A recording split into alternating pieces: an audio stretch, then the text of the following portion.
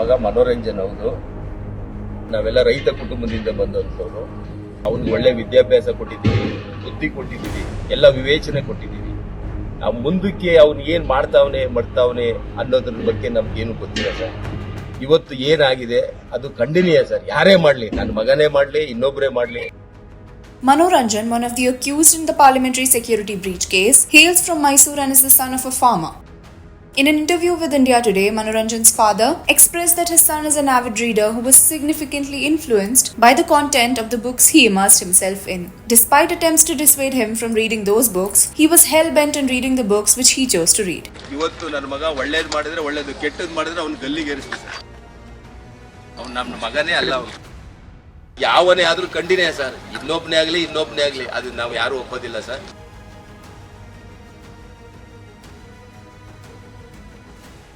We are right now reporting from inside the accused residence, and I'm just going to show you his room, the exact room where he stayed in. We heard from his parents that he was not in Mysore, sir. He was in Delhi is what we heard from his parents as well. We spoke to his mother, we spoke to his father, and that was the book that he was reading.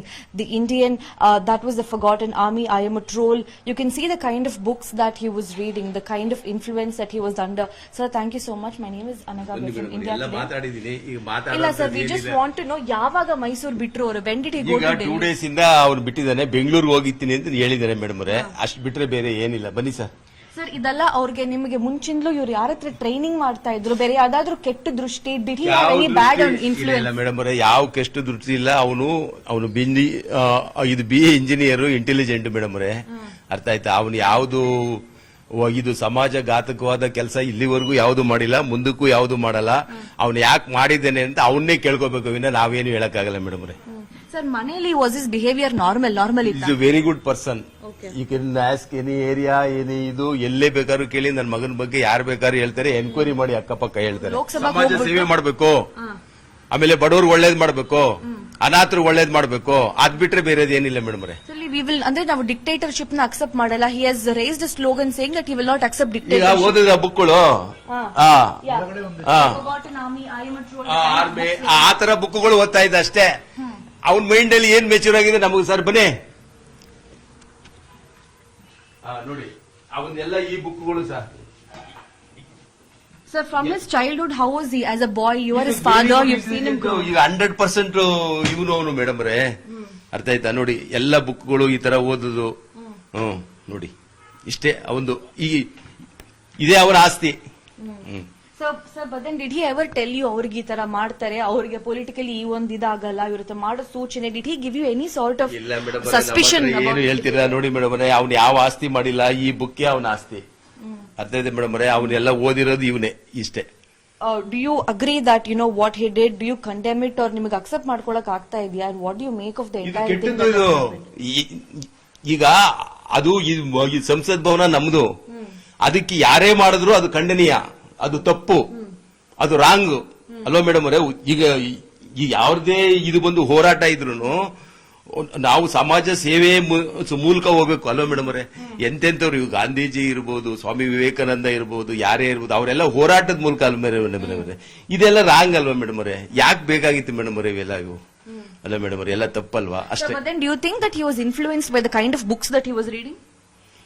ಹೌದು, ಅವನೇ ಎಲ್ಲ purchase ಮಾಡ್ತಿದ್ದ, ಇದನ್ನ ಓದ್ತಾ ಇದ್ದ. ಇದೇ room ಒಂದು. So ಇದರಿಂದ ಇನ್ಫ್ಲೂಯೆನ್ಸ್ ಆಗಿದ್ದಾನೆ ಅಂತ? ಹೌದು. ಅವ್ನು ಏನ್ ಗೊತ್ತಾ, ಸಮಾಜ ಸೇವೆ ಮಾಡಬೇಕು ಅಂತ ಹೊರಟವನಷ್ಟೇ. ಅವ್ನು ಯಾವ ತರ ಮಾಡ್ತಾನೆ ಅವನ್ನೇ ಕೇಳ್ಬೇಕು ಮೇಡಮ್ ಅವರೇ. ಸರ್, ಬಟ್ ದೆನ್ ಅವ್ರಿಗೆ ಏನ್ ಆಂಬಿಷನ್ ಇತ್ತು ಫ್ಯೂಚರ್ ಅಲ್ಲಿ? What did he want to do?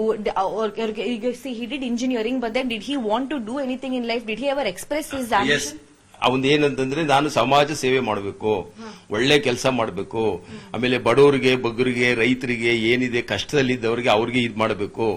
ಯಾರು ಈ ದೇಶದಲ್ಲಿ ಯಾರೇ ಏನೇ ಇದ್ರು ನಾನು ಹೇಳುವ ಇದೆಲ್ಲ ಬೇಡ ಮಗನೇ, ನಾನು ರೈತನ ಮಗ, ನಿನಗೆ ಅವೆಲ್ಲ ಆಗಲ್ಲ, ನಾವೆಲ್ಲ ನೋಡಿದೀವಿ ಇದೆಲ್ಲ, ನಾವೆಲ್ಲ ರೈತ ಕುಟುಂಬದಿಂದ ಬಂದವ್ರ ಮಗನೇ, ಸುಮ್ನೆ ಬೆಟ್ಟಕ್ಕೆ ಕಾಲು ಹೊತ್ಬಾರ್ದು, ನಮ್ಮಲ್ಲಿ ಏನೈತೆ ಅಷ್ಟು ಹೋಗ್ಬೇಕು ಅಂತ. ನೋಡಿ ಮೇಡಮ್, ಈ ಬುಕ್ಕೆ ಅವನು ಹಾಳು ಮಾಡ್ತಾ ಅಂತ ನನಗೆ madam. So that was Manoranjan's father who just spoke to us, and he says that he could have been influenced by the kind of books that he was reading.